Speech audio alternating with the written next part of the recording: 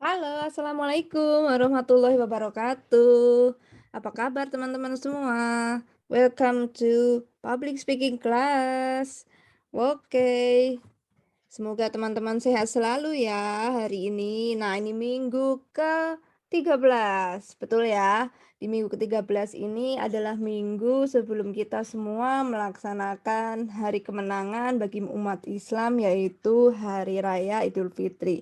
Tapi sebelum liburan Idul Fitri atau Lebaran, kita masih ada 1 minggu ya, 1 minggu efektif untuk menerima materi baru terkait mata kuliah public speaking. Oke, setelah hari Sabtu teman-teman semua mengikuti kegiatan NIIC Education Expo, yaitu kegiatan tentang konsultasi atau badan konsultan edukasi untuk teman-teman yang ingin continuing study to abroad atau berangkat ke luar negeri untuk melanjutkan studi. Nah, di NIC Education Expo itu kita bisa dibantu teman-teman semua ya untuk yang ingin lanjut studi S2 ya, master degree-nya atau mungkin juga doctorate programnya. Itu bahkan yang S1 sebenarnya ada ya, yang mereka bisa bantu konsultasi untuk applying, masuk ke sekolah di sana, di luar negeri. Nah, seperti itu. Nah, karena kegiatannya seperti promosional, expo ya, promosi atas produk mereka, jasa mereka, informasi yang mereka punya. Nah, otomatis itu menjadi sebuah kegiatan observasi dari MC, Master of Ceremony, karena kemarin saya juga ikuti kegiatannya dari awal sampai akhir gitu ya, untuk memantau teman-teman semua, siapa yang mengikuti, siapa yang bisa masuk, siapa yang nggak bisa masuk ke kelas, ke acara ya, karena ternyata partisipannya maksimum 100 orang gitu ya. Memang ada kesalahan teknis dari panitia ya, miskomunikasi, tetapi bisa di-handle untungnya untuk bisa di-re-upload di, YouTube ya. Jadi untuk teman-teman yang belum mengerjakan tugasnya, kami masih tunggu tentu saja, tetapi tampaknya semalam, sudah jadi deadline ya, begitu. Nah, itu adalah minggu lalu, yaitu terkait dengan bagaimana sih teknik MC ya, waktu itu MC-nya cowok ya, Masnya ya, Mas Heri kalau nggak salah. Nah, seperti itu nanti teman-teman melakukan observasi.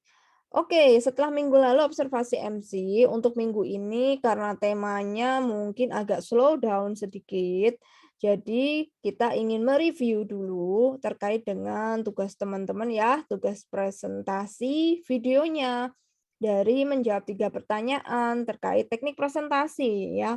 Setelah teknik presentasi baru MC ya. Nah, di meeting 10 ada tugas teknik presentasi. Untuk review task yang lainnya masih menyusul karena sedang on progress di-review sama Mbak Ayun. Nanti kalian akan dapatkan progresnya, mungkin bisa all recaps atau one by one. Oke, untuk minggu ini saya hanya mereview-review saja bagaimana teknis dan juga tips triks tentang dasar-dasar public speaking, khususnya presentasi ya teman-teman, karena presentasi itu sangat penting sekali di dunia kerja nanti, baik untuk kalian yang skripsian, TA-an, atau bahkan lagi bikin project, atau bahkan lagi bikin apapun itu yang kerja di kantor, itu presentasi hampir sering sekali ya, bahkan every once a week atau bahkan ada yang seminggu sekali. Nah, gimana sih cara membuat presentasi yang bagus, yang oke, yang memang dia tepat sasaran. Nah, kali ini kita akan bahas hal tersebut di minggu ini ya, mereview kembali, akan memberikan beberapa materi penguat terkait dengan public speaking khususnya presentasi. Jadi kita agak sedikit flashback karena akan mereview tugas teman-teman untuk meeting 10 ya, yaitu tentang presentasi teknik ya untuk, public speaking ilmiah.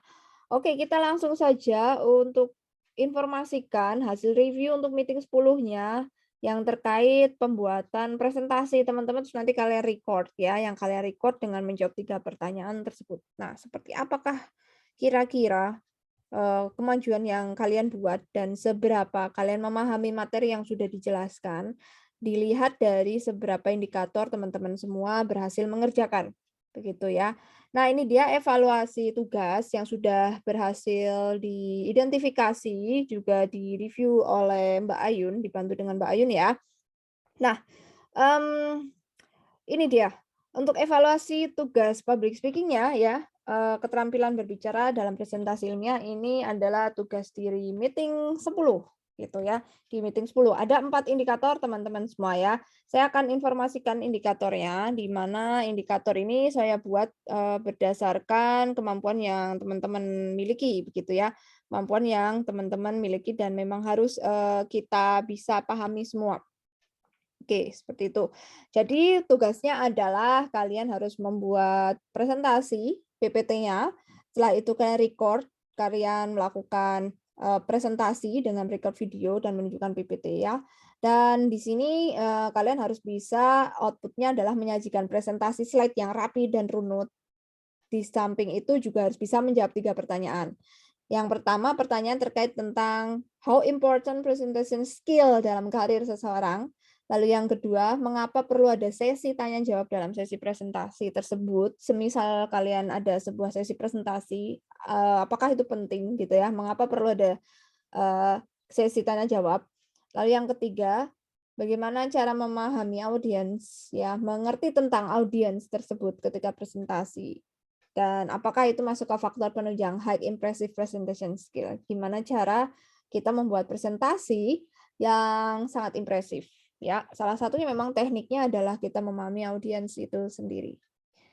Nah, untuk unjuknya, apa saja indikator yang perlu diperhatikan yang kita akan nilai dan nilai yang kalian dapatkan itu adalah, nilai dari pengukuran berikut ini. Yang pertama yang kita nilai ya, ada 5 indikator. Yang pertama adalah kesesuaian memberikan jawaban pertanyaan dilandasi teori ahli. Jadi ketika kalian menjawab bagian isi ya, tentu saja namanya komunikasi ada bagian pembuka, isi, dan penutup.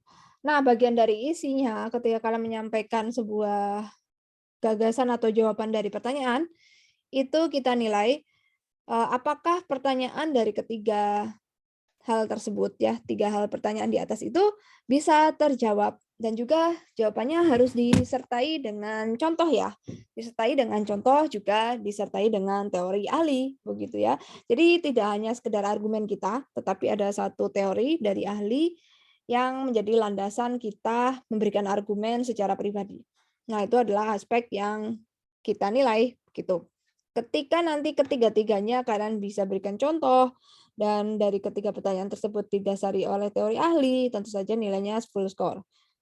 Lalu aspek kedua yang kita nilai adalah ketika Anda berargumen ya, ketika Anda mengambil sebuah kesimpulan setelah teori ahli tersebut dijabarkan atas bagaimana Anda menjawab pertanyaan. Nah, itu masuk ke kategori atau indikator terampil dalam menyajikan sebuah ide, gagasan, juga argumen, gitu. Nah, ketika nanti Anda bisa menyajikan sebuah gagasan dengan runtut, santai, dan sistematis, dengan tenang, nah itu akan dapat full score. Ya. Lalu yang ketiga, untuk yang bisa terampil dalam penggunaan bahasa, intonasi, naik turun, artikulasi, jadi ngomongnya nggak belibet, bahasanya tepat, nah itu tentu saja kita akan juga nilai, ya. Jika bahasa yang Anda gunakan bisa dipahami, istilahnya juga tepat, ya. Nah, kita akan berikan full score juga. Lalu untuk kriteria keempat, di sini lebih kepada format dari teorinya, gitu ya. Format bagaimana Anda bisa membuat slide sesuai dengan teori, gitu. Format teori membuat slide, yaitu tidak terlalu banyak yang ada di dalam slide. Jadi bentuknya harus poin-poin karena PowerPoint, bukan copy paste dari Alenia. Ya, ini masuk ke kategori terampil dalam membuat dan mendesain slide presentasi. Termasuk desainnya harus desain profesional, karena kita adalah presentasi ilmiah ya, kontras background-nya, tulisannya, font-nya, itu tentu kita akan nilai. Kalau misalnya mampu dengan membuat slide presentasi tersebut dengan format teori yang baik ya, format teori itu salah satunya adalah desain, tulisan terbaca, kontras background ya, terus hanya poinnya saja yang ditampilkan, bukan copy paste dari alinea atau paragraf, itu masuk ke kategori format teori. Ya, yang sudah diajarkan format-formatnya seperti itu. Ketika Anda bisa membuat sesuai dengan format itu, tentu saja full score. Dan the last indicator adalah melempar pertanyaan atau how to engage audience. Gimana audience itu menjadi bagian dari presentasi atau kegiatan komunikasi Anda. Ketika mampu melempar pertanyaan, menarik audiens, nah ini tentu saja nilainya full score. Nanti kita akan lihat seperti apa yang sudah teman-teman capai dari tugas tersebut ya, yang sudah berhasil direview oleh Mbak Ayun. Oke, untuk indikator pertama tentu saja, indikator di mana apakah mahasiswa sudah bisa menjawab 3 pertanyaan tersebut ya. Apakah public speaking itu penting untuk karir seseorang, bagaimana memahami audiens, gitu. Nah, untuk indikator pertama, 3 pertanyaan itu apakah terjawab? Nah, untuk 2 kelas A dan B secara general sudah direview bahwa mahasiswa atau kalian semua sudah bisa memberikan penjelasan materi dan juga kalian ini sudah bawakan ketika presentasi ya, yang hasil recordnya yang kita cek, itu Anda sudah ada, contoh juga yang terjadi di lapangan, contoh nyata, empirical fact-nya sudah muncul. Tapi hanya sebagian saja yang hanya memberikan penjelasannya, teks ya, yang telah diketik pada PPT, tanpa memberikan penjabaran bahasa sendiri. Jadi hanya membaca ulang apa tulisan yang ada di presentasi slide-nya. Nah, ini sangat penting untuk yang dinamakan kita, menyebutnya adalah improvisasi. So, untuk improvisasi memang perlu jam terbang, tetapi ini akan bernilai lebih bagi teman-teman ketika Anda mencoba mempresentasikan atau mengeluarkan gagasan Anda di luar dari yang ada di teks presentasi itu. Nah, ini sangat penting sekali ketika nanti kalian paling terdekat adalah mengerjakan tugas akhir ya, tugas akhir dan presentasi tugas akhir. Jadi hanya sebatas membaca yang ada di teks. Padahal kami menunggu banyak informasi yang mungkin Anda bisa sajikan dari pemikiran Anda terkait yang, ada di teks tersebut. Jadi dari teks itu nanti Anda harus bisa sajikan yang informasi lainnya. Jadi teks itu hanya pemantik. Nah, kita biasanya menunggu-nunggu hal tersebut ya. Oke, untuk indikator yang kedua, sebagian mahasiswa sudah bisa mengembangkan gagasan ya. Nah, ini indikator kedua ini memang yang terkait dengan gagasan. Oke, gagasan itu adalah ide di mana ketika teks sudah tertampil, kalian bisa menjelaskan lebih lanjut tanpa harus membaca teksnya.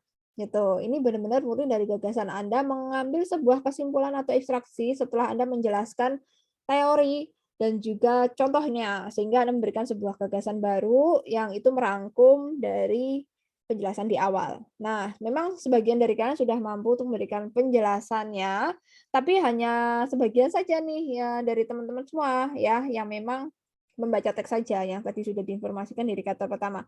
Banyak juga yang tidak berekspresi ketika teman-teman menjelaskan ya. Jangan lupa pakai smiling power dan juga presentasinya di sini terkesan, berbicara sendiri.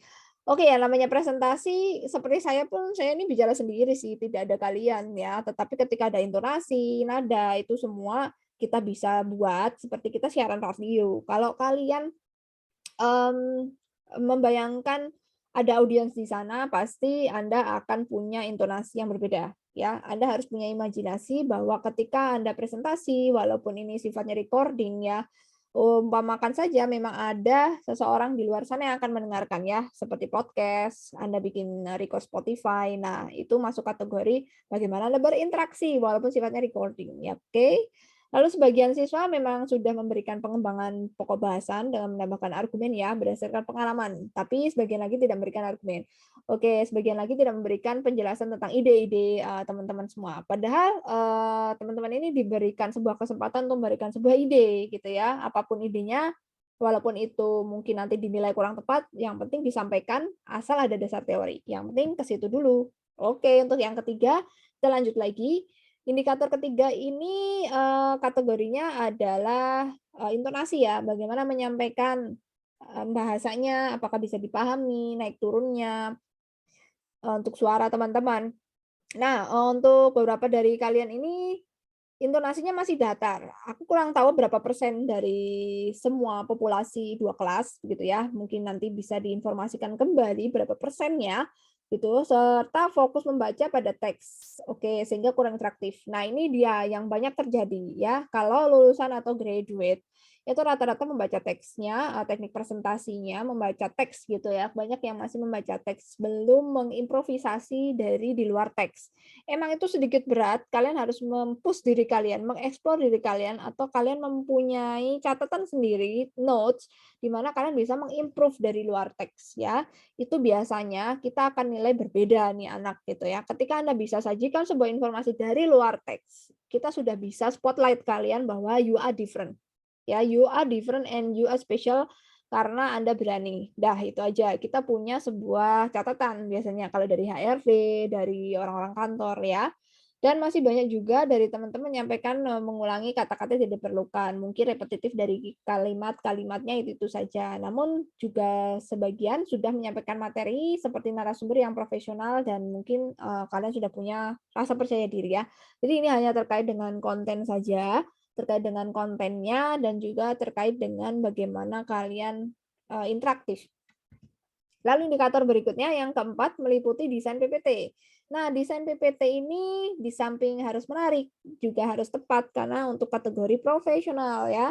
Dan pengemasannya materi yang runut dan juga simpel dalam bentuk PowerPoint ya, bukan paragraf. Nah, sebagiannya memang sudah memenuhi indikator, oke, good dari teman-teman semua. Namun sebagiannya juga belum ya dari teman-teman ini untuk mencapai indikator tersebut. Jadi mungkin 50-50 ya, ada beberapa yang kurang menarik atau kontrasnya mungkin kurang diperhatikan. Jadi gunakan saja yang namanya Canva atau Slide Player, banyak sekali aplikasi atau website desain di website ya, tentu saja itu bisa membantu kalian untuk membuat presentasi. Nah, indikator terakhir yaitu tentang fokus penyajian materi ya.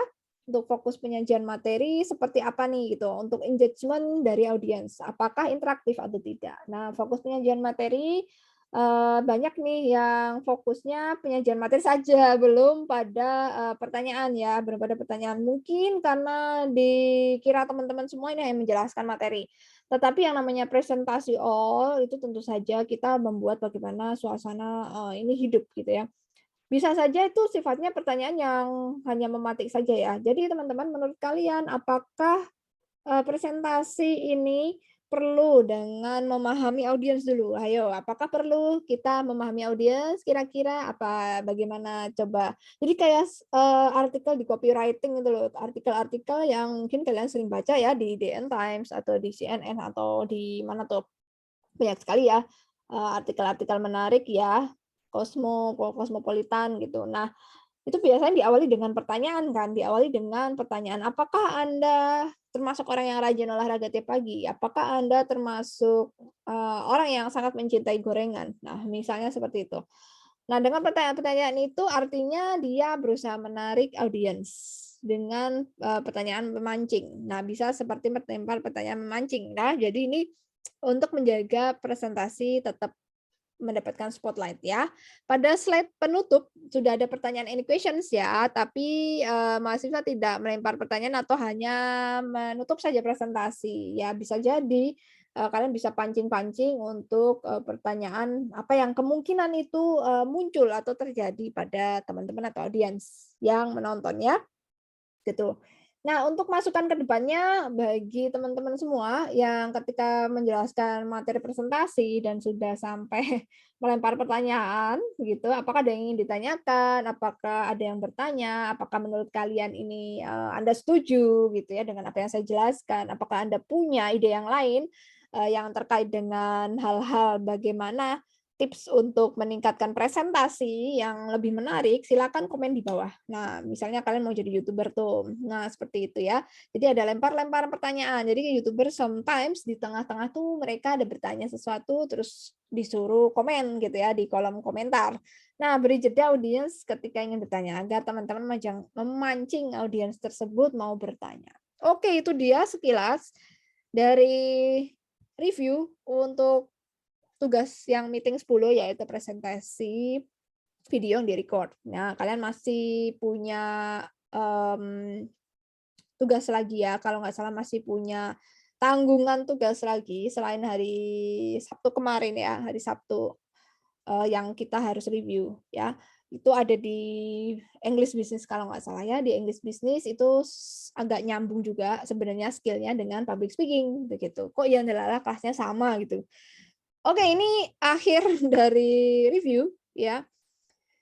Kalau ada sumur di ladang boleh menumpang mandi, kalau ada umur panjang boleh kasih materi lagi. Ya, tentu saja kalian harus terus belajar, berlatih supaya, kita semua punya kemampuan yang tidak hanya itu-itu saja ya. Oke, teman-teman semua, kita sudah sampai di share review dari materi ya. So, saatnya kita akan memberikan materi untuk minggu ini, tentu saja masih menggunakan review yang tadi ya. Kita bisa ambil sebuah kesimpulan ya, teman-teman. Kita bisa ambil sebuah kesimpulan bahwa mungkin sebagian teman-teman perlu ada review kembali ya terkait dengan materi ya, terkait dengan materi sehingga saya akan bawakan materi yang sedikit mengulang begitu, sedikit mengulang dengan materi yang minggu-minggu sebelumnya sudah saya informasikan.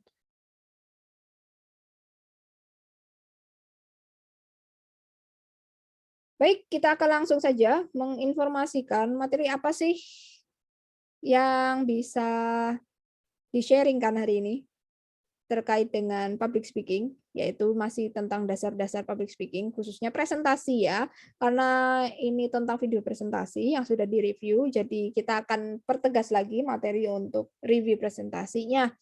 Baik, ini dia sistematika yang akan saya informasikan. Tentu saja tidak ada role play ya selama 45 menit. Role play-nya nanti kita bisa kondisikan.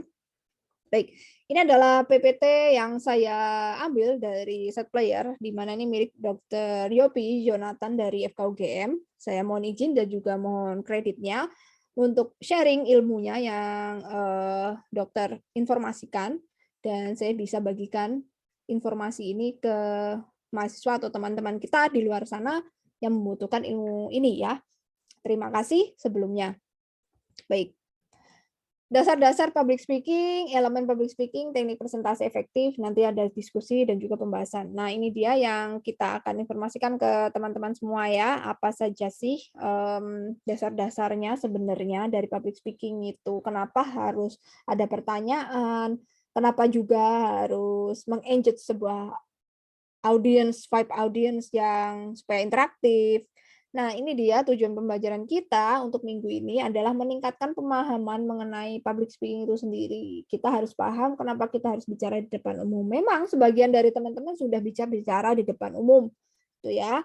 Tapi sebagian lagi masih perlu ditingkatkan skill-nya. Nah, ini caranya untuk meningkatkan rasa confidence. Seperti yang Mbak Wati sudah bilang ya, saya singgung berkali-kali, public speaking itu butuh namanya confidence, butuh namanya self confidence. Jadi ini penting sekali sebagai bahan bakar kita untuk bisa bicara dengan tepat. Terkadang kalau nggak ada self confidence, bicaranya jadi nggak tepat, jadi nggak oke, jadi kurang sesuai sasaran yang dituju gitu ya. Dan intinya bisa melakukan public speaking-nya secara efektif. Apakah teman-teman sudah bisa melakukan public speaking secara efektif? Pertanyaannya kan itu, sehingga saya harus menegaskan kembali materinya. Ya, jawabannya adalah 60% sudah bisa. Saya belum bisa katakan 100%, 100%, karena masih banyak format-format yang indikatornya belum terpenuhi, seperti engaging audience, bagaimana kalian memancing audience, bagaimana kalian membuat materi yang runtut dan runut ya, seperti itu, dan juga desainnya butuh yang namanya scaling up atau proses lebih lanjut. Nah, kompetensi yang memang nanti kalian harus bisa adalah menjelaskan public speaking yang efektif dan juga bisa melakukan prakteknya nanti. Harapannya seperti itu ya. Yang namanya basic communications itu ada terkait beberapa hal teman-teman ya. Ada salah satunya adalah elements, ada juga berapa level ya, dan juga berapa praktis atau contoh dan juga bagaimana praktek dari komunikasi itu. Itu adalah paling basic ya. Jadi kita harus tahu dasar dari komunikasi, kita harus punya rasa percaya diri dan level komunikasi itu berbeda, ada sesama teman, ada sesama kolega atau bahkan di luar kolega dengan pimpinannya baru kita practitioner ya, seperti mungkin nanti ketika di media massa atau bergaul dengan di luar antar perusahaan dengan perusahaan seperti bagian PR media gitu ya, relation media, relations istilahnya kalau dalam public speaking itu ada di bagian humas ya, media relations. Nah, untuk yang komunikasi persuasif atau komunikasi yang itu bisa menarik perhatian orang ya, persuade someone itu dengan cara presentasi atau dengan meeting atau lobby negosiasi menggunakan advokasi dan juga campaign itu persuasif. Apa yang kalian lihat di sosial media akhir-akhir ini itu masuk ke kategori campaign sebenarnya ketika membuat feed story, dan juga feed, yang ada di timeline itu masuk ke persuasif ya. Untuk yang di Instagram kebanyakan tuh masuk ke persuasive communications ya, feed-feed, post story itu ya. Lalu ada juga kategorinya secara level, ada yang personal tadi ya, sesama kolega atau juga secara grup, ya untuk sekelompok orang kita mempersuasikan, atau juga organisasi levelnya, antar organisasi menginformasikan sebuah info yang ada di organisasi tersebut, mengiklankan, atau untuk kegiatan sosial atau masyarakat tertentu. Nah, itu masuk kategori persuasi. Sebenarnya perspektif dari public speaking seperti apa sih menurut Peggy Noonan dalam Tubbs dan Moss di 2006 ya? Wah, ini cukup lama tapi sebenarnya masih bisa relevan, di mana penulis pidato terkenal ya pas zamannya Presiden Ronald Reagan itu mengemukakan tentang komunikasi publik. Nah, komunikasi publik ini komunikasi yang berkaitan untuk masyarakat banyak dan kepentingan pemerintahan sebenarnya ya. Salah satunya adalah pidato. Nah, sempat sih dulu ada lomba pidato teman-teman. Nah, pidato ini merupakan gabungan ya antara teater dan politik. Nah, pidato itu kalau bisa contoh yang dicontohkan ya, kalau mau acara pemilihan, kepemimpin daerah, pilkada itu suka ada pidato gitu ya, orasi seperti itu. Nah, pidato merupakan komunikasi pribadi antara pemimpin dan rakyatnya. Jadi apa yang dipikirkan oleh pemimpin tersebut, gagasan-gagasan yang muncul di kepala si pemimpin tersebut, itu disampaikan kepada audiens yang merupakan, rakyatnya, karena pemimpin tersebut adalah wakil rakyat ya. Dan beberapa alasan kenapa harus menguasai public speaking gitu, untuk karir tentu saja, itu bisa jadi ini jawabannya ya untuk pertanyaan yang pertama ya, kenapa public speaking penting untuk karir? Ya karena banyak orang sukses di luar sana yang memang dia basically adalah good speaker, yang bisa menyampaikan ide, yang bisa memberikan, bagaimana seseorang terpengaruh atas idenya. Nah, lalu yang kedua memang ini tuntutan dari sebuah era gitu ya, jadi kita harus speak up. Dan juga profesi kita pada akhirnya nanti menuntut untuk bisa banyak bicara, dan satu lagi adalah, kompetisi. Bagaimana kompetisi kita bertahan hidup ya. Nggak mungkin kan kita dipojokin terus, disalah-salahin, kita nggak speak up, kita ngalah aja. Ada saatnya kita memang harus, mempertahankan argumen, ada saatnya kita mengklarifikasi supaya tidak menjadi apa informasi salah tersebut yang dilemparkan pada kita, jadi perlu sebuah konfirmasi. Nah, itu bisa jadi sebuah tuntutan, bisa jadi itu sebuah persaingan tidak sehat, dan kita harus kembalikan ke jalur yang benar melalui caranya adalah public speaking. So, tipsnya adalah yang paling penting dalam persiapan untuk melakukan public speaking itu sekali lagi adalah self confidence ya. Dengan mengendalikan rasa takut dan juga emosi kita menurut Thomas Leach. Nah, ada mitos bahwa kemampuan berbicara di depan umum itu muncul karena bakat. Benar nggak sih? Ya memang dasarnya setiap orang itu punya bakat, tapi hanya sekian persen ya. Ingat, bakat 1%. Ada yang bilang seperti itu, 99 adalah kerja keras. So faktanya dia memang kalau bakat pun tidak diasah, dia tidak akan bisa berkembang, tidak akan mampu memiliki bakat itu. Tetapi ketika dia tidak ada bakat, tapi dia asah, dia akan mampu untuk melakukan hal tersebut. Jadi kemampuan berbicara, ya bisa jadi dia berbakat atau tidak. Kalau tidak latihan dan praktek, dia tidak akan berkembang. Kalau tidak keadaan memaksa dia untuk melakukan praktek, dia tidak akan berkembang kemampuan itu. So, apa sebenarnya sih yang menghalangi kita? Nah, pada akhirnya apa nih yang membuat kita tidak improve, tidak ada improvement dari waktu ke waktu, ya. Hanya stuck kemampuannya di situ aja bikin presentasi, nggak ada keberanian. Self confident nggak maju-maju, nggak berkembang-berkembang. Nah, ini yang membuat kita menghalangi itu adalah rasa gugup, tentu saja, yaitu perasaan yang masuknya speech phobia yang tidak terkendalikan dan belum berhasil mengendalikan speech phobia. Akhirnya ketika mendapat sebuah kesempatan untuk unjuk, perform, dapat sebuah amanah untuk menjadi MC, banyak menghindar karena dia lebih mengedepankan rasa takutnya, rasa gugupnya, dan ya dia yang kasih makan rasa gugup itu terus, ya sudah, rasa percaya dirinya tidak diberi makan, tidak berkembang, akhirnya tidak gemuk-gemuk, yang gemuk adalah rasa takutnya. Jadi seperti itu, teman-teman. Sebenarnya kesempatan itu selalu akan ada, yang namanya algoritma alam akan membentuk kita untuk terus melakukan improvement. Tinggal bagaimana kita menjemput sebuah rezeki tersebut untuk bisa naik level jiwanya. Tetapi sekali lagi, banyak yang lebih ngasih makan prioritasnya ke rasa takutnya, tanpa memikirkan bagaimana kita membuat kita lebih improve lagi. So, dasar-dasar public speaking, ini dia teman-teman, yaitu kita harus tahu ruang lingkupnya, sekali lagi mari kita review, lalu tujuannya apa sih sampai kalian harus membuat PPT, sampai kalian harus debat, juga tahapannya, tentu saja ini untuk yang diarahkan ke presentasi ya, dan teknik penguasaan, pembuka, dan juga penutup. Ya, jangan lupa namanya teknik komunikasi, walaupun itu komunikasi nonverbal, sifatnya email, tulisan, writing ya, tentu saja ketika nulis email ada pembuka, pembahasan, dan juga penutup. Seperti itu. Dan ketika presentasi juga sama, menutup, menyampaikan ya, saat ini saya ada di proses menyampaikan, baru nanti mmm, proses menutupnya. Oke, so presentasi sendiri kegiatan yang menyampaikan topik yang sudah kalian lakukan ya untuk sejumlah orang. Nah, ini kepada seseorang atau sejumlah orang. Tentu saja ketika Anda menganggap ada audiens di sana, anggap dia manusia. Kalau Anda anggap manusia, Anda harus interaktif dong. Anda harus hargai dia dong, punya ide, punya gagasan, punya kesempatan untuk Anda ajak berpikir, berdiskusi. So you have to engage mau tidak mau. Ya, Anda harus tarik dia, Anda harus persuade gitu ya. Anggap dia manusia, kalau tidak ada interaktifnya, berarti Anda tidak sedang menyampaikan sesuatu kepada manusia. I don't know menyampaikan sesuatu kepada siapa ya, dan jelas bukan Dono. Oke, agar hal tersebut bisa dipahami, jadi harus consider and then use and do oleh orang yang mengikutinya. Jadi lakukan oleh orang-orang yang memang ada di ranah yang sama.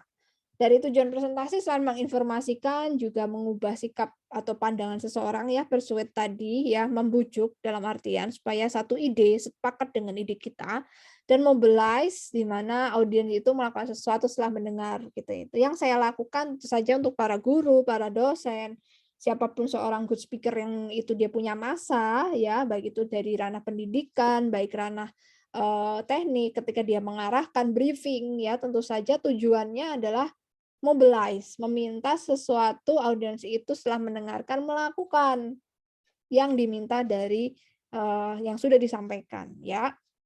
Nah, bagaimana nih presentasi efektif dan tidak efektif? Kalau tidak efektif jelas ngantuk, tapi itu jam terbang sekali lagi. Nah, presentasi itu satu harus menyenangkan. Dari lihat gambarnya itu sudah bisa, desainnya itu sudah menarik. Tadi misalnya, Mbak Ayun bisa coba bikin review ya untuk, indikator 1 sampai 5 ada kontras warna orange dan putih. Itu saja udah bikin sedikit tense, hormon kita agak semangat ya, misalnya ini background-nya putih, ada gambarnya besar dan itu kebanyakan hitam dan putih, itu sudah kontras di otak dan pasti sudah sedikit menyenangkan. Tinggal bagaimana kita menginformasikan dengan intonasi yang menarik, fakta yang menarik ya, sehingga kita ingin terus mendengar seperti ketika kita mendengar siaran radio, ya kurang lebih seperti itu. Oke, untuk yang communication loops ini bagaimana proses sebuah alur komunikasi, tentu saja kita sebagai sender yang menginformasikan ya, kita menginformasikan message atau informasi yang tadi yang, ada di PPT slide-nya melalui channel. Channel itu adalah alatnya, medianya ya. Misalnya medianya adalah teman-teman tadi menggunakan slide presentasi, ya tentu saja yang mendengar ada receiver, ya itu saya dan juga Mbak Ayun dan juga nanti kalau memang tujuannya untuk, menginformasikan sesuatu penting di kantor ya ada nanti audiensnya. Jangan lupa setiap berkomunikasi publik selalu ada audiensnya. So, you have to interact them. Kita harus menginteraksi mereka ya untuk menarik mereka. Nah, dari situ butuh feedback ya, dari situ mereka merespon. Ya, respon itulah yang akan menjadi masukan. Apakah saya harus berbuat yang bagaimana untuk bisa kalian itu paham. Nah, seperti itu teman-teman ya konteksnya yang dimaksud dengan alur dari komunikasi. Sehingga faktor penting ketika menyampaikan pesan itu kualitas suara juga harus dijaga, bahasanya hati-hati memilih, penampilan, ketika Anda presentasi, komunikasi nonverbal itu gerakan tangan, mata, mimik, ekspresi ya, jangan datar ya, tersenyum, bahagia, lupakan dulu yang namanya kesedihan, barang 5 menit aja gitu ya, supaya Anda berhasil. Nanti dampaknya tuh besar, luar biasa ketika klien percaya dengan apa yang Anda sampaikan, yang tadinya Anda sedih, ternyata suka dengan presentasi Anda dan terjadilah purchasing atau deal-deal-an nilainya miliaran dolar. Ya Anda dapat bonus yang tadinya sedih nggak jadi sedih. Nah, bisa jadi berubah, berbalik nasib. Nah, seperti itu. So, persiapkan mental, siapkan pesannya. Nah, yang paling penting memang adalah mental, mental untuk salah gitu ya, mental untuk belibet disalahin. Kenapa? Dengan salah kita tahu bagaimana cara memperbaiki. Karena yang bisa lihat kesalahan itu orang lain, kita nggak bisa, susah. Butuh cermin. Nah, proses cermin ini adalah proses bagaimana kita, dikritisi begitu ya, selama tidak dibunuh, nah kenapa harus takut? Nah gitu ya, "Bu, saya kan dibunuh karakternya." Ya ampun itu persepsi saja begitu ya. Sometimes dibunuh dengan karakter dan dibunuh dengan ketika menjalankan tugas itu beda gitu ya. Mereka punya tujuan pastinya begitu. Nah pasti ya kalian bisa bedakan lah ya. Intinya di situ. So, 4 elemen penting yang perlu diperhatikan ketika public speaking untuk presentasi, tentu saja audiens. Kalau misalnya kemarin tugasnya adalah video presentasi menjawab 3 pertanyaan tentang tips bagaimana presentasi untuk high impresif. Faktor apa saja? Apakah penting Anda tanya jawab? Ya, menurut Anda apakah penting public speaking untuk karir? Nah, itu bisa jadi kalian harus di dalam pikiran punya persepsi ini adalah basic ilmu tentang presentation skill yang bisa saja dipakai untuk anak SMK, SMP, atau juga anak kuliah awal atau fresh graduate. Ya, bisa jadi saya akan tujukan kepada audiens-audiens itu pangsa pasarnya. Ini masih mending loh, tidak saya minta untuk di-upload. Kalau minta di-upload di YouTube dan kalian harus meminta-minta like, gimana gitu. Saya belum sampai ke arah ke situ, saya masih melihat progres ya, belum benar-benar tanding, belum benar-benar yang namanya kompetisi ya. Kalau yang di kelas lain ya, yang handle bukan saya, sudah langsung bertanding, disuruh ke Instagram di-upload, suruh minta-minta like gitu ya. Nah seperti itu, saya dapat banyak sekali itu permintaan like, tapi lagi-lagi namanya orang bisnis ya, kalau mau dapat like saya, like dulu punya saya, subscribe dulu, saya baru subscribe kamu. Nah, kayak gitu. Maklum orang bisnis, jadi harus win-win solutions. So, kalian baru proses untuk progresnya saja. Belum ke unjuk benar-benar keluar di sana yang harus diupload di YouTube dan kalian umpamakan ini untuk anak SMK begitu ya, dan harus ada editingnya. Sometimes aku akan sampai ke arah situ sebenarnya teman-teman ya. Saya akan sampai ke arah situ. Tapi untuk ini, karena banyak sekali tugas yang sudah cukup bisa menilai, nah jadi tidak sampai ke situ. So itu dia pahami audiens, ketika dapat sebuah materi, itu harus tahu ini materi cocoknya untuk siapa. Oh akan saya settingkan untuk anak ini. Oh jadi saya akan nanyanya caranya gini. Oh cara manggilnya seperti ini. Jadi di kepala itu sudah tersetting, ya udah terkonsep. Lalu yang kedua, materi. Ya, tentu saja siapkan materi. Ketika udah tahu clue-nya, oh ada 3 pertanyaan, berarti materinya adalah basic basic or tips high impressive. Gimana untuk presentasi, untuk untuk TA misalnya, untuk presentasi TA. Kan bisa arahkan ke situ gitu ya, karena itu untuk karir. Jadi ada satu poin yang ditembak, itu eventnya apa, kalian ramu. Begitu, itulah, mainan, konsep bagaimana komunikasi. Jadi komunikasi itu materinya banyak teman-teman. Orang-orang ilmu komunikasi itu materinya banyak. Ada yang, komunikasi untuk keluarga, ada yang komunikasi untuk, relationship, komunikasi yang, kantor, perkantoran, bisnis, beda. Nanti ketika Anda lulus jadi orang komunikasi, ketika Anda harus berkarir, Anda harus men-statement-kan bahwa materi itu, skill Anda ada di jalur keluarga misalnya, oh ada di jalur psikologi, oh ada di jalur bisnis. Kalau Mbak Wati di bisnis ya dan edukasi, jadi dia pelatihannya HRM. Ya. Nah, seperti itu human resource management terkait dengan HRD atau MSDM lah gitu ya.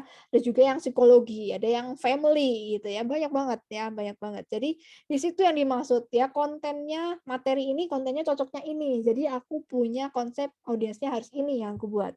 Nah, itu seru banget.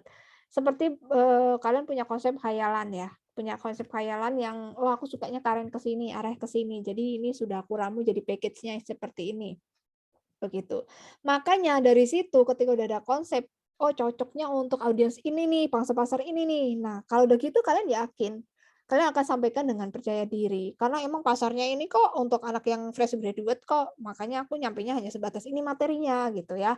Nah, kontrol lingkungan atau kontrol situasi ini maksudnya ketika nanti presentasinya ada di satu tempat yang sifatnya tidak live ya, jadi kita tahu, apa nih yang harus dipersiapkan, suaranya harus dikencengin kah? Kalaupun sesuatunya adalah live seperti ini, kita harus tahu gitu ya, bagaimana gadget ini, bermain. Apakah di-record, apakah ada kebisingan di sekitar, apakah kita nanti harus di-upload, apakah diedit. Nah, itu juga harus dipahami kontrol lingkungan atau situasi. Apalagi nanti kalau misalnya seminar ya, tentu saja kalau seminar kan kita harus pahami lagi, mmm, supaya tidak terjadi kesalahan teknis ya, kalau mati lampu harus bagaimana. Nah, ini dia kreasi membuka. Nah, kreasi membuka di sini tentu saja adalah bagaimana kita membuat opening dari presentasi, teman-teman. Yang sudah teman-teman lakukan presentasi yang tugas itu, yang video, yang dengan menjawab 3 pertanyaan sudah oke, ya. Mengingatnya sampai 1 sampai 2 menit. Nah, ini seperti yang YouTuber itu atau kita buka kelas biasa gitu ya, "Good morning, apa kabar?" Biasa ya, itu basic banget untuk bertanya greetings dan juga tanya kabar. Nah, gimana hari ini? Apakah teman-teman semangat? Atau apakah hari ini teman-teman sudah sarapan? Atau puasanya apakah hari ini lancar semua? Apakah ada yang bolong? Nah, seperti itu ya. Nah, itu bagian dari opening. Dan itu bisa jadi basic atau sudah standar yang bisa diulang-ulang ketika jadi ciri khas kamu atau kalian semua ketika opening dari presentasi. Itu jadi benchmark biasanya. Kalau orang bilang benchmark ya sudah jadi style-nya teman-teman ketika opening. Ya itu diingat, biasanya untuk format itu ya standar opening-nya tuh diingat-ingat sih sampai 1, 2 menit gitu ya, karena ada susunan yang kadang ketika opening itu sedikit panjang. Mana kabarnya, ntar ngomongin kelasnya, hari ini materinya ini, kemarin ini, kalau aku juga diingat ya, biasanya nggak sampai 1 menit karena mungkin sudah sering take. Lalu yang alami, nah yang alami ini kalian harus rileks tentu saja, nggak bisa tegang, kalau tegang nanti yang keluar kata-katanya nggak alami. Dan kalian harus bisa dapatkan perhatian. Caranya, ya harus ngeblend suasana Anda, diri, feeling, pikiran itu menyatu dengan audiens. Itu caranya. Supaya mendapatkan perhatian, ya kalian juga berusaha menjadi bagian dari audiens. Lalu kredibilitas. Kredibilitas tentu saja kita harus percaya bahwa kita sudah mendapatkan teori yang cukup, kita sudah pahami materi tanpa harus melihat status kita S1, S2, S3 itu status ya. Yang penting adalah bagaimana kita memahami materi, bagaimana kita punya wawasan terkait itu. Kita sampaikan saja ide-ide kita yang kita sudah punya dari hasil membaca sehingga kita terlihat percaya diri atau meyakinkan ya. Jadi belum tentu orang-orang terlihat pintar itu sesungguhnya pintar sungguhan, jangan-jangan dia hanya terlihat meyakinkan karena percaya diri itu dan menyampaikannya tepat ya, sangat meyakinkan, padahal kredibilitasnya belum tentu. Nah, itu kadang kalian perlu hati-hati dan banyak kejebak kalau di TV ya. So, agendakan atau take notes ya, agenda itu take notes. Bisa aja kalian catat apa saja yang perlu disampaikan ketika opening atau Anda informasikan, "Oh ini loh jalannya hari ini kita akan menginformasikan hanya sekitar 1 jam kurang lebih dan akan menginformasikan ini dan itu, lalu nanti kalian bisa bertanya dan sebagainya." Nah, itu bisa diinformasikan. Lalu bagaimana kita menyampaikan sebuah isi? Isi dari presentasi atau isi dari, sebuah komunikasi publik ya. Yang pertama kita harus informasikan fakta-fakta atau kenyataan-kenyataan apa yang sesungguhnya harus disampaikan. Kalau misal pertanyaannya adalah tentang kenapa public speaking penting untuk karir, ya kalian harus berikan fakta-fakta bahwa berkarir itu butuh skill apa, begitu ya. Lalu harus urut, lalu juga harus reference. Reference itu atau kita bilang adalah teori ahlinya siapa, gitu ya. Bahwa menurut, World Forum, International World Forum, bahwa yang namanya era digital itu membutuhkan 3 kemampuan saat ini. Satu kemampuan literasi, kedua adalah kemampuan yang terkait problem solving, dan yang ketiga adalah kemampuan terkait teknis, keterampilan teknis ya. Lah literasi itu ada keuangan, ada literasi tentang bagaimana gaya hidup sehat. Terkait problem solving itu ada termasuk critical thinking dan collaboration skill ya.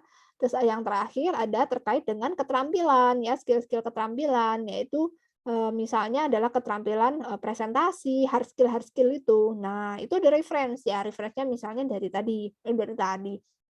Economic World Forum misalnya. Lalu kita berikan contoh untuk literasi keuangan misalnya, bagaimana mengatur, uang yang sudah dijatahkan orang tua untuk bulanan, itu kita harus tahu caranya, ya kita baca-baca artikel, ketika dapat uang kita sisihkan berapa persen, nah itu analogi. Analogi disertai dengan contoh empirik yang asli, yang nyata, yang real. Dan juga beberapa argumen dari ahli dan juga pendapat kita, itu bisa jadi pendapat kita yang kita simpulkan gitu ya dari teori. Misalnya teorinya menyatakan bahwa kalau menabung itu, dari 100% uang yang kita dapatkan ya 500.000 dari orang tua misalnya. Nah 30% itu kita tabung, sisanya 70% ada yang kita gunakan, ada yang kita sisihkan untuk kebutuhan kita yang memang itu wajib. Nah, contohnya apa? Kebutuhan yang wajib itu misalnya bayar kos, terus untuk makan, dan untuk, nge-print tugas, misalnya untuk kuota dan sebagainya. Lalu sisa-sisanya itu untuk yang keperluan, mendadak, misalnya kalau kita sakit, butuh berobat, atau juga misalnya ada temen yang butuh dibantu, bukan diutangin ya, maksudnya dibantu itu kalau teman kita sakit atau kita ya amit-amit maksudnya ada teman yang kena musibah, kita jenguk, kan juga kita butuh kasih ini ya, sumbangan. Nah, kayak seperti itu tuh yang tidak terduga, teman-teman ya. Itu contohnya kalau dalam konteks, bagaimana literasi keuangan misalnya tadi ya, kita mau membahas tentang skill-skill yang abad 21. Nah, sehingga tuh mudah diikuti. Oke, lanjut lagi ke bagian mempertahankan objektivitas.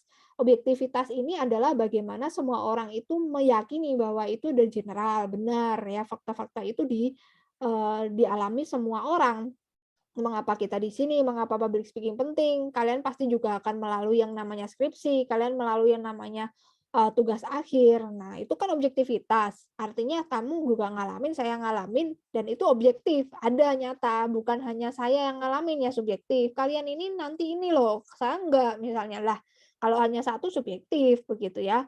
Atau misalnya hanya menunjuk satu kasus saja, tapi tidak general, ya bisa saja untuk beberapa orang. Tetapi kalau subjektif itu ya kayak misalnya, body shaming itu subjektif sekali ya, hanya memfokuskan hal-hal, fokus satu orang bukan hal yang saat ini kita sedang harus tuju gitu, kok jadi keluar konteks. Nah itu subjektif, ya udah menyerang subjek seseorang gitu kan nggak bisa. Nah berarti itu kan berbeda. Nah yang perlu diperhatikan itu, makanya sometimes pasti kalian pernah ikut kelas gitu kan, tapi ngomongin orang lain misalnya, atau wah konteksnya kok melebar ke mana-mana, padahal tema ini kan membahas tentang, bagaimana, pemimpin yang baik ya, leader yang baik, untuk menciptakan leader yang baik seperti apa, ciri-cirinya agents of change itu seperti apa, untuk menjadi, capable leader itu cirinya gimana, kok tiba-tiba waktu masuk ke contoh, kok dia memberikan sebuah informasi yang subjektif gitu loh, subjektif hanya persepsi satu orang, langsung orang diminta untuk percaya sama dia, bahwa itu generalisasinya benar. Belum tentu itu hanya satu persepsi, belum tentu orang sejagat persepsinya sama dan setuju sama dia, tapi dia membenarkan yang paling benar itu subjektif. So, hati-hati teman-teman, pertahankan objektivitas berdasarkan teori, ahli, juga berdasarkan contoh-contoh yang ada di lapangan dan kembalikan persepsi itu masing-masing orang yang ada di kepala masing-masing audiens ya, semua bisa jadi benar karena audiens punya range persepsinya masing-masing, sehingga perlu spesifikasi yang tepat untuk, sebuah teori tersebut. Lalu bagaimana dengan closing statement dari sebuah presentasi, di closing nih gitu ya, gimana tutupnya? Nah, menutup yang kuat tentu saja kita harus mengingat sebuah penutup kata-kata penutup sama dengan kata pembuka. Ya, kita sudah sampai di penghujung kelas.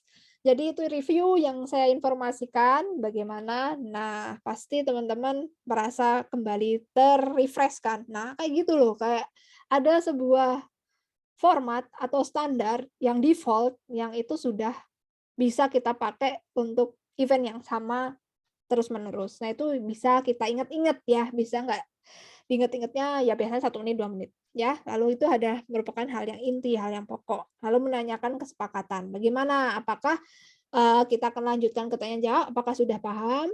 Apa perlu diinformasikan yang mana yang tidak paham? Apakah perlu ada yang ingin didiskusikan? Nah, itu menanyakan kesepakatan ya, menanyakan permintaan juga, termasuk menanyakan aksi. "Gimana, jadi nggak berangkat? Saya udah informasi di sana ada nih tempat makan yang enak, kita buka bareng di sana." Ya, namanya juga ini kan. Nah, tentu saja itu ada kesepakatan, itu yang disebut dengan public speaking interaktif. Kalian tanyakan dia karena dia manusia, begitu ya. Nah, ini dia langkah-langkahnya sebelum, mulai presentasi. Kalau tadi kita sudah bahas terkait bagaimana membuka, isi, dan penutupnya. Nah, kali ini kita akan membahas bagaimana langkah-langkah presentasi. Pastikan alatnya bisa dipakai, sekali lagi ya. Nah, ini kalau nanti mau kerja, tolong ini harus benar-benar diperhatikan. Lalu mikrofonnya sudah pasti ketika nanti offline itu bisa berjalan dengan baik. Dan juga alat peraganya, bagaimana ada leafletnya ketika dibagi itu sudah ada di-print, di-print out, lalu alat penunjuknya atau yang disebut dengan pointernya ya. Kalau biasanya offline nanti banyak sekali yang pinjam-pinjam pointer ya, banyak yang pinjam-pinjam pointer, dulu saya paling sering dipinjemin pointer ya. Lama-lama apa coba, akhirnya Hima saya belikan satu harganya nggak nyampe 100.000 gitu loh.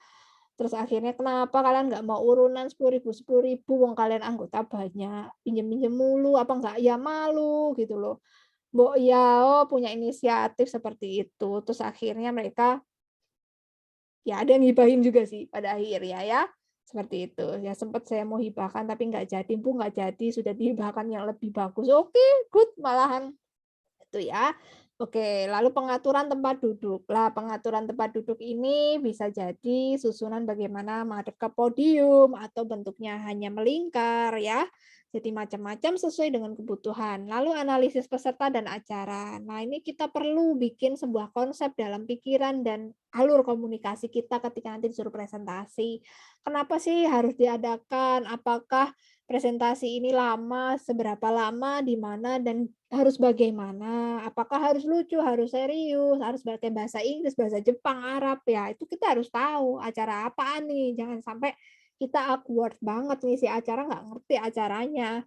Lalu analisis peserta, siapa saja, usia berapa, banyak cewek apa cowok, presentasi nutrisi, jangan anak-anak semua, atau ibu-ibu bawa anaknya, atau bapak ibu misalnya, berapa banyak, umur berapa, dan juga jumlah audiensnya, terus apa yang paling mereka inginkan, apa yang paling ingin mereka ketahui, dan seberapa mereka saat ini memahami tentang hal tersebut.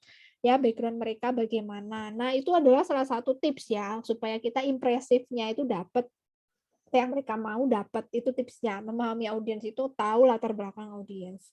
Nah, untuk penguasaan materi atau penguasaan situasi itu juga perlu dilakukan. Daya tarik pribadi terhadap audiens itu tentu saja akan membuat audiens nanti terkesan gitu ya. Nah, banyak-banyak referensi sih seharusnya. Banyak referensi seorang public speaker yang menurut kalian itu menarik dan itu cocok jadi gaya kalian, itu bisa dimodifikasi jadi style kalian. Nah, untuk mengenali latar belakang audiens tentu saja perlu ya kita bikin sebuah konsep, mungkin ditulis boleh di kepala boleh, silakan. Berapa usianya, rata-rata mereka, pendidikan, latar belakang, status, lifestyle-nya seperti apa. Nah, ada sih waktu itu, presentasi ya, kebanyakan kalau saya sih mahasiswa gitu ya, tapi beda level ya, maksudnya beda status, ada yang mahasiswa yang kaya banget gitu ya, ada yang, bener-bener di kota, ada yang di urban, di pinggiran, ada yang bener-bener di lebih pinggir lagi gitu ya. Pemahamannya juga berbeda-beda, ada yang sekali nerangin langsung pertanyaannya saya belum selesai ditanya terus gitu, padahal saya belum selesai nerangin slide ya. Terus ada juga yang seperti itu. Nah, itu kita perlu pahami. Kalau tipe-tipenya, sudah dipahami ya cara penyampaian different dong, beda dong sama yang, tingkat pemahamannya, berbeda audiensnya, ya beda ya. Jadi seperti itu, jadi kita harus pahami latar belakang mereka. Dan kita juga harus ngerti gimana cara menggunakan presentasinya. Dan penggunaan emosi yang pantas atau yang cakep. Misalnya berpikir positif, tidak mudah tersinggung ketika ada pertanyaan yang menyinggung hal itu. Lalu percaya diri ketika juga kita bersikap tenang menyampaikan walaupun sebenarnya belum paham banget yang disampaikan, tapi kita sampaikan saja dengan urut, runut ya.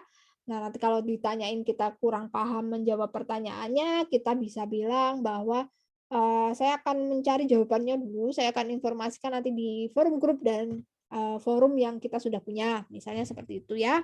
Bisa, caranya bisa seperti itu. Misalnya hutang pertanyaan ya, hutang jawaban. Nah, gitu. Lalu ada antusiasme, bagaimana memotivasi, peka juga dan proaktif mengubah suasana, empati, memahami pihak lain, juga menghargai, ada humor juga ya. Nah, ini yang paling perlu supaya suasananya hidup ya. Kalau humor memang harus banyak referensi, teman-teman. Dua, solusi. Nah, solusi ini ketika ada sebuah masalah itu ya kita bisa bahas bersama. Oke. Lalu bagaimana menganalisis audiens? Kalau menurut Myers ya, Myers-Briggs ya di MBTI kalau nggak salah si Myers-Briggs ini juga membuat MBTI. Jadi analisisnya dengan cara demografis dan orientasi tujuan. Kalau misalnya membuat sebuah materi ya, kalau kita pengabdian itu identifikasinya ya mereka ini butuhnya apa. Itu ada orientasi tujuan analisis. Nah, sebelum melakukan presentasi sebaiknya juga tahu ya siapa yang kita akan informasikan gitu terkait hal-hal tersebut. Ya sama sih seperti waktu nanti akan melakukan PPM atau pengabdian ke pasangan-pasangan muda yang mereka ini butuh informasi terkait bagaimana melakukan, penyimpanan arsip digital gitu ya untuk surat-surat mereka sehari-hari begitu ya. Nah, lalu analisis audien, ini kalau demografi kita bisa lihat umur, jenis kelamin, latar belakang, etnik, ya faktor demografis ini cocoknya untuk menyampaikan pesan gitu. Dan analisis ini dilakukan sebelum melaksanakan pidato. Jadi kita harus tahu dulu ya, mereka ini umurnya berapaan. Jangan sampai penyampaiannya beda untuk penyampaian untuk anak usia tertentu itu berbeda. Lalu analisis audien yang berikutnya kita bisa melihat purpose atau tujuan mereka sehingga kita bisa pas nanti materi yang disampaikan karena itu yang mereka ingin cari gitu ya. Dan persiapan presentasi tentu saja catatannya ada. Nah, saya penasaran sebenarnya ketika kalian bikin tugas video presentasi itu apakah ada catatan gitu ya? Apakah kalian latihan? Apakah kalian bikin simulasi sebelum take atau langsung take gitu, langsung bungkus berapa kali. Nah, itu sebuah persiapan akan bisa dinilai dari situ, ya. Presentasi disimpulkan bahwa, dia merupakan kumpulan gagasan sebenarnya teman-teman, ya. Nah, keberhasilannya seperti apa kita bisa nilai? Nah, ini masuk ke kategori indikator yang memang sudah saya berikan 5 indikator tersebut, ya. Ya, salah satunya adalah materinya, medianya, dan juga bagaimana mental kalian ketika confident-nya muncul atau tidak, itu. Nah, pertama adalah mental. Nah, mental sendiri dilihat dari sebuah nonverbalnya, ya, dari mimiknya, wajahnya datar, atau misalnya kalian berekspresi, itu kelihatan ekstraksi dari mental sendiri, gitu ya, ekspresi wajah.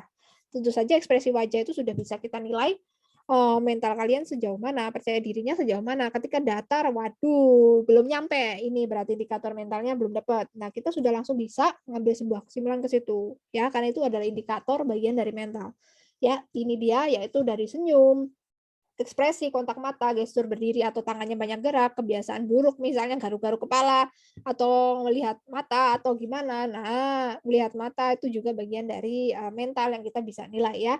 Nah, aspek-aspek nonverbal ini, salah satunya juga tadi yang masuk ke kategori mental adalah cara intonasi berbicara, ritme, kata-kata tambahan, volume suara. Nah, kita akan bisa nilai mental kan percaya diri atau enggak itu ya dari intonasi yang mungkin terlalu pelan atau mungkin tidak ada ritmenya atau terlalu datar, itu kita langsung bisa nilai mentalnya dan seberapa confidence-nya. Juga keterampilan kalian membawakan dengan menarik ya, postur tubuhnya ya, itu juga ekspresif atau tidak, itu bisa dinilai percaya diri atau tidak. Nah, ini dia postur tubuh, cenderung mengapresiasi postur yang berlebihan. Wow, ini zaman kapan ya? Ada gambarnya Pak Yusuf Kalla. Oh oh oh, zaman dulu banget ini teman-teman, oke. Nah ini just, example saja ya, postur tubuh. Nah postur tubuh itu simbolik, kalau misalnya nanti kalian ada di bentuknya live ya, online ya, postur tubuhnya tentu saja jangan cuman kepala saja gitu loh. Kenapa? Itu udah menunjukkan mentalnya nggak percaya diri, langsung sudah deh males ya kalau misalnya nanti pimpinan melihat seperti itu, kok kayak nggak respect, nanti jatuhnya negatif. Respon, ya kan takut malahan jadi ribet, nanti kita salah. Salah apa? Ya jelas kita nggak sesuai aturan masih tanya salahnya apa, udah ada aturan nggak dipatuhin, lah kok baper gitu loh. Lah kenapa harus gitu? Ikutin saja aturannya yang benar seperti ini supaya enak, sama-sama enak gitu loh. Nah kalau nggak setuju ya sudah bikinlah perusahaan sendiri, namun kita ikut orang gitu kan, Nah, teman-teman harus pahami sampai ke situ arahnya ya. Kita harus taati aturan, disiplin gitu supaya nanti enak. Kalau bikin perusahaan sendiri pun juga susah loh, harus juga mendisiplinkan orang nggak gampang gitu kan. Lalu persiapan mental gimana? Nah, ini terkait dengan tips untuk menghadapi fobia berbicara ya. Dari menurut efektif presentasi skillnya Mandel tahun 93. Ya namanya orang nggak pede ya karena memang nggak ada rencana yang oke, yang baik, atau perencanaannya mungkin kurang mulus, atau waktu eksekusi juga masih kurang jam terbang bisa. Ya perlu latihan tentu saja, lakukan visualisasi atau simulasi, bernafas panjang, latihan pernafasan tentu saja itu penting. Fokus pada rasa santai, ya rileks, kurangi ketegangan, bergerak, amati gejala fisik, misalnya ada gerakan tangan. Saya kalau presentasi nggak bisa kalau nggak tangannya nggak gerak, teman-teman pasti tangannya gerak ya, tapi itu seperlunya ya, kontak mata juga dengan hadirin atau audiens, dan jangan lupa untuk minum air putih. Ya, tadi sebelum mulai nih saya udah siap nih air putih, udah, tadi pas sahur-sahur ya, udah siap-siap, kalau nggak suara bakal habis gitu loh. Padahal ini recording-annya udah suaranya serak-serak, apalagi kalau bener-bener live ya. Nah, partisipasi, nah ini dia dimaksud dengan how to engage audiens, gimana sih cara menarik audiens yang interaktif? Salah satunya masukan audiens. Bisa aja dari awal pembuka tuh kita udah mancing audiens. "Kenapa teman-teman datang ke sini? Nggak capek, nggak ngantuk?" Misalnya, itu ya, kita ada interaksi dulu. Itu ya, menanyakan pertanyaan, ya kita lempar pertanyaan, tanya opini mereka, "Gimana hari ini? Masih kuat menghadapi kenyataan?" Misalnya. Nah, pertanyaan-pertanyaan itu bisa jadi menarik mereka untuk terus memperhatikan kita, pada akhirnya materi nanti juga akan diperhatikan, setidaknya seperti itu ya. Atau kesepakatannya kita hari ini cukup 1 jam untuk membahas materi, atau hari ini 5 menit kita akan informasikan hal menarik. Nah gitu ya, lalu daya tarik dan perhatian. Nah, ada humornya, ada testimoni, cerita-cerita gitu ya, cerita perang apa nih, ada cerita-cerita, intinya ada bahan ya untuk kita berikan referensi ya, peraga, studi kasus dan sebagainya, gitu. Lalu penampilan juga perlu, kalau misalnya live ya nanti kita bisa untuk melihat ya penampilan. Nah, rata-rata nanti kalau pas ujian TA itu busana juga diperhatikan sih gitu ya, kebersihan, ekspresi, sikap profesional. Sangat penting sekali untuk sikap profesional ya teman-teman ketika presentasi untuk tugas akhir, ketika nanti masuk di Zoom itu kan pasti dosen penguji pada masuk satu-satu, harus disapa ya. Setelah itu, ditunjukkan bagaimana slide-nya, bisa enggak gitu. Nah, gerakan. Nah, bagaimana dengan gerakan? Nah, kalau misal ini ada live ya, tentu saja tidak boleh berdiri di satu titik, teman-teman harus gerak-gerak ke sana, kemari, berpindah tempat, berbaur dengan audiens, kadang-kadang gunakan gerakan yang alami gitu ya, tidak yang dibuat-buat, atau belajar, isyarat, tapi ya hanya untuk misalnya kepada kru saja, itu bisa jadi ya, untuk yang isyarat. Oke, 5 ampuh ways, cara untuk menghilangkan bumbu presentasi. Mungkin kita sudah bahas ya teman-teman semua ya. Cara ampuhnya adalah pertama, ya jelas persiapan, makan minum cukup, istirahat, latihan pernafasan, rileks, dan juga harus menghafalkan serta eye contact, jangan lupa tersenyum. Nah, itu penting sekali ya supaya tidak gugup. Kalau masih gugup ya terus aja diterjang nggak apa-apa. Ya namanya manusia tidak bisa dihindari ya, suaranya harus bersahabat, bersih, ada variasi, hindari, yang berlamaan, boleh sih ada jeda, tetapi jangan terlalu lama. Nah, volume suaranya juga disesuaikan jumlah pendengarnya, ukuran dan ruangannya.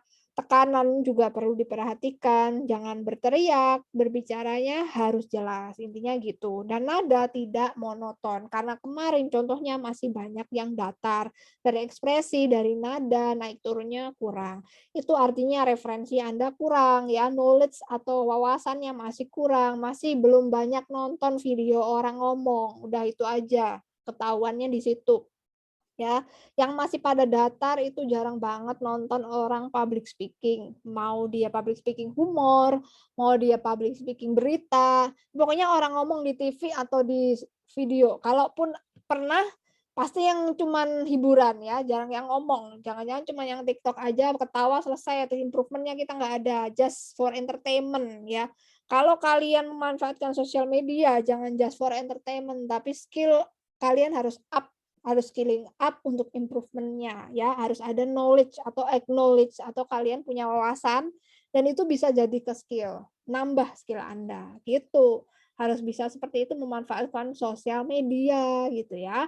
Bila nggak tinggi suaranya tanpa ada intensitas itu ya, intonasi. Bila bicaranya lembut maka konsentrasi bisa cenderung meningkat. Kalau suaranya agak pelan tapi tegas itu ada karakternya ya. Ada yang kenceng tetapi juga akhirnya masuk materinya itu juga ada. Nah, menggunakan suara Anda yang monoton. Kebanyakan tuh monoton karena cemas, jelas. Terus kedua, mengembalikan hal-hal itu dengan wajar ya. Jadi pikirkan tuh hal yang wajar dan Anda harus rileks. Belajar mendengarkan diri sendiri. Aku tuh udah enak nggak ya kalau ngomong? Terus Anda harus conscious sadar. Banyak orang ketika ngomong itu nggak sadar ya. Banyak yang ketika Anda ngomong itu anda nggak tahu Anda ngomong apa. Jadi, karena baru pertama kali ngomong jadi pikiran dan apa yang dikatakan nggak sinkron, pikiran, perkataan, perbuatan nggak sinkron. Nah, itu bahaya. Be conscious, be present, harus hadir nyawa dan juga jiwanya, itu penting.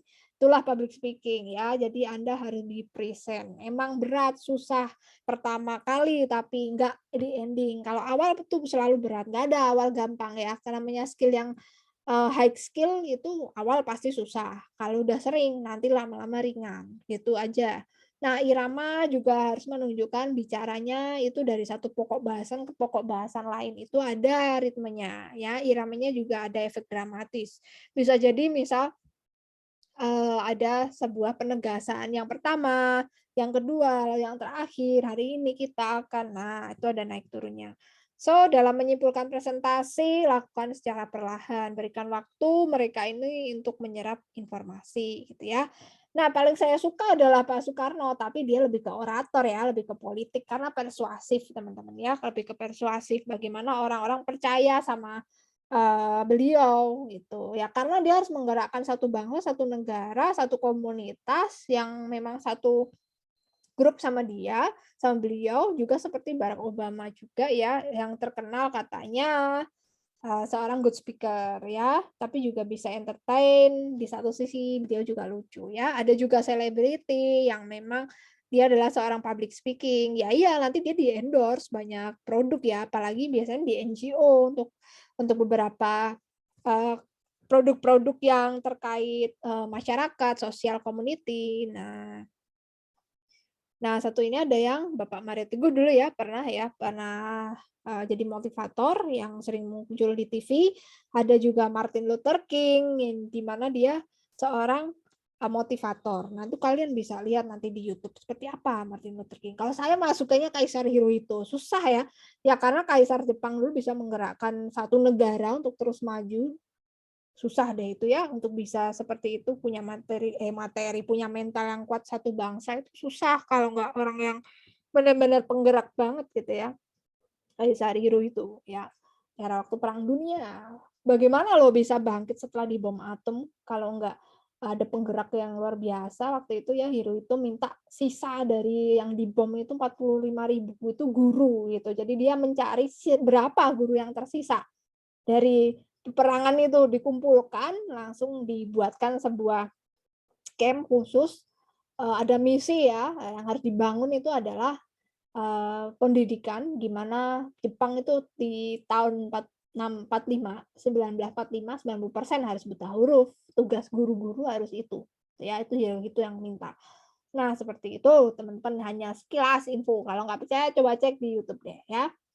So, untuk persiapan materi, pilih judul, perencanaannya materi juga harus sesuai dengan judul dan tujuan, lalu ada kerangka alat bantu pengantar isi penutup. Jadi waktu kalian bikin presentasi harus didesain seperti ini ya, kalau yang baru awal, newbie. Kalau nggak newbie, di pikiran ini konsepnya sudah muncul otomatis ya. Atau kadang kalaupun sudah expert tetap harus ditulis, namanya manusia itu lupa penyakitnya, gitu ya. Apalagi nanti sifatnya formal, gede, dan audiensnya banyak, takut gugup, ya sudah, tulis. Walaupun kita expert, yang namanya gugup itu wajar. Pasti selalu datang menghampiri, menakut-nakuti, supaya kita lebih hati-hati, ya. Untuk desain presentasi ini masuk kategori indikator yang dinilai juga ya. Jadi hati-hati untuk, desainnya. Desainnya itu diperhatikan alurnya, dan juga bagaimana menyampaikan informasi gitu, pengaturan waktu ketika presentasi. Kalau desain itu sederhana, namanya profesional itu sederhana teman-teman, cukup 2 warna, orange dan putih, hitam dan putih, biru gelap putih. Biasanya warna-warna profesional ya agak gelap ya, marun merah gitu ya, merah marun terbalik. Pengaturan waktu, oke, pengaturan waktu untuk pengantar namanya intro nggak perlu lama ya. Lalu masuk ke tema 20%, pengembangan 40%, atau pokok bahasan 40%, sisanya adalah integrasi atau setelah itu kita, lakukan kesimpulan-kesimpulan atau diskusi-diskusi. Kebanyakan diskusi loh, kalau kegiatan seminar itu ya, karena pokok bahasan 40%. Nah, lalu kita simpulkan. Ini dia ada teknik-tekniknya bagaimana untuk membuat menarik ya. Nah, ini adalah media.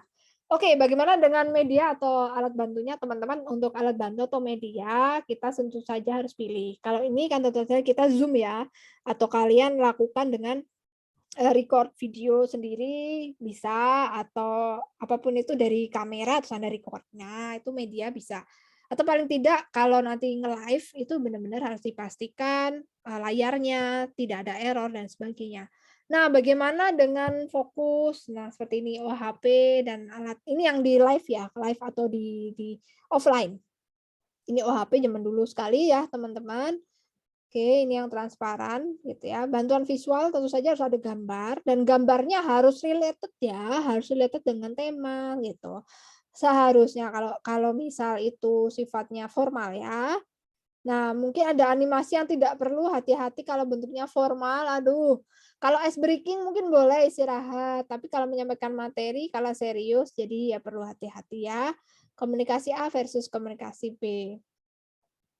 Nah, bisa jadi menyampaikan poin tanpa cerita ini masuk dosa. Kenapa nggak ada argumen dari teman-teman gitu loh, hanya poin aja selesai. Loh, saya butuh informasi lebih ya, we need more information about this. Jadi sampaikan, mencetak rangkaian slide gitu ya, jadi handout. Ya dulu seperti itu ya, tapi sekarang mungkin di sofa ya. Lalu, mungkin boring atau tidak ada cerita yang menarik atau kenyataan-kenyataan baru atau hal-hal update lain gitu ya, atau informasinya nggak jelas, bias gitu ya. Sebenarnya bukan itu yang terjadi, tapi dia hanya persepsi. Nah, itu bisa jadi mengaburkan info ya, atau jadi malah susah kebaca gitu, atau salah milih font, warnanya, ya presentasinya jadi lama kebanyakan slide. Aduh, atau berdirinya di belakang komputer gitu ya. Oke, nah informasi tidak terbaca itu misalnya banyak banget ya tulisan dalam set kecil-kecil. Aduh, Mihak kayak gini nih. Terapi menolak perubahan. Aduh, kecil-kecil sekali, ya ampun gitu ya. Nah, gimana dengan cara-cara untuk menjawab pertanyaan teman-teman? Ya misalnya hanya minta penjelasan saja atau mengetes audiens apakah sudah paham atau misalnya berputar-putar gitu ya. Nah, itu bisa aja apakah pertanyaannya ini butuh ahli untuk menjawab. Bisa jadi pertanyaan-pertanyaan itu tergantung dari audiensnya ya. Nah, teknik menjawab, sometimes ini hal baru yang ada di Zoom, pertanyaannya melalui kolom chat. Ya, sebagai MC kita membacakan pertanyaan yang dari kolom chat. Saya sudah sering ajarkan kalau jadi MC atau saya menjelaskan melalui kolom chat itu ya, membaca ulang kembali pertanyaan. Itu tidak saya baca kata demi kata, saya ekstraksi apa pertanyaannya, saya bacakan lagi, tapi tidak saya baca ulang benar-benar dari titik koma dan kata-katanya persis, ya. Jadi saya sampaikan pertanyaannya, saya remake lagi pertanyaannya, tetapi tidak membaca per hurufnya persis, gitu. Jadi itu cara tercepat. Jadi bukan membaca pertanyaan sama persis, ya itu salah satu trik untuk menjadi seorang MC yang interaktif, begitu. Lalu bagaimana mendorong untuk mengajukan pertanyaan nih, ada audiens yang belum tanya ya, ya kita pancing lagi dengan kita bertanya dulu atau kita yang menjelaskan penegasan kembali sebagai MC-nya misal, begitu ya. Bagaimana menjawab pertanyaan ya bisa jadi ya tentu saja kita harus tahu jawabannya dan pahami materinya begitu. Jadi harus benar-benar ngerti ya teman-teman.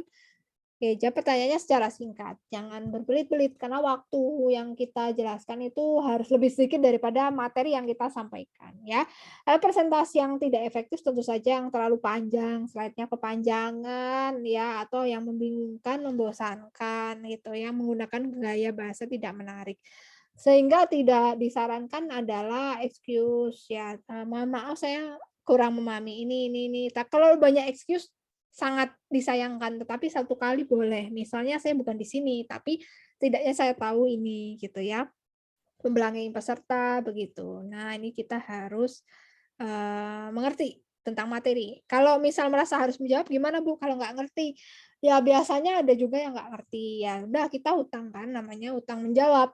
Kita nanti minta kontaknya, bisa kita informasikan kembali, bisa via email atau via, WhatsApp pribadi gitu ya. Nah, pada prinsipnya memang semua ini nggak ada artinya sih teman-teman, ya kalau nggak diaplikasikan, nggak dipraktekkan ya. Nah makanya perlu latihan gitu, makanya perlu latihan, banyak banget buku-buku public speaking gitu ya teman-teman, ini punyanya Bu Dokter ya. Oke teman-teman, itu semua yang bisa saya sharing-kan hari ini yang terkait dengan materi penguat lagi untuk tugas di meeting 10, yaitu video presentasi ya, yang teman-teman sudah kerjakan, sudah direview. Jadi masih ada beberapa catatan, gimana kalian bisa lebih percaya diri lagi untuk berekspresi, ya salah satunya dengan cara berekspresi, melatih intonasi, memperbanyak referensi, begitu. Nah, kalian tidak bisa hindari ketika sudah berkomitmen untuk bekerja. Dan ketika sudah bekerja, mau tidak mau, teman-teman harus melewati batas kemampuan saat ini yang Anda rasa sudah cukup di sini. Tidak, saya rasa Anda belum mengeluarkan kemampuan terbesar Anda saat ini ketika masih ada indikator yang belum terpenuhi, begitu ya. Jadi perlu namanya latihan. Oke, itu pesan dan kesimpulan dari saya pada minggu ini terkait materi tentang bagaimana membuat presentasi yang baik, dasar-dasar public speaking presentasi yang oke, dan review materi untuk meeting 10. Sampai ketemu lagi teman-teman semua minggu depan setelah lebaran ya, setelah libur lebaran di kelas yang sama untuk pokok bahasan yang berbeda. Oke, sampai ketemu, jaga kesehatan selalu, dan jangan lupa untuk terus berbahagia dan melakukan refreshing-refreshing dulu ya kalau liburan nanti, teman-teman. Dan jangan lupa kembali ke kelas lagi setelah liburan, settingkan pikirannya bahwa tidak liburan itu nggak lama ya, just 1 week gitu kurang lebih. Jadi harus kembali ke kenyataan kembali gitu ya teman-teman. Mental harus selalu dijaga untuk selalu waspada, selalu semangat dan pantang menyerah. Oke, bye-bye. Wassalamualaikum warahmatullahi wabarakatuh. Goodbye, see you.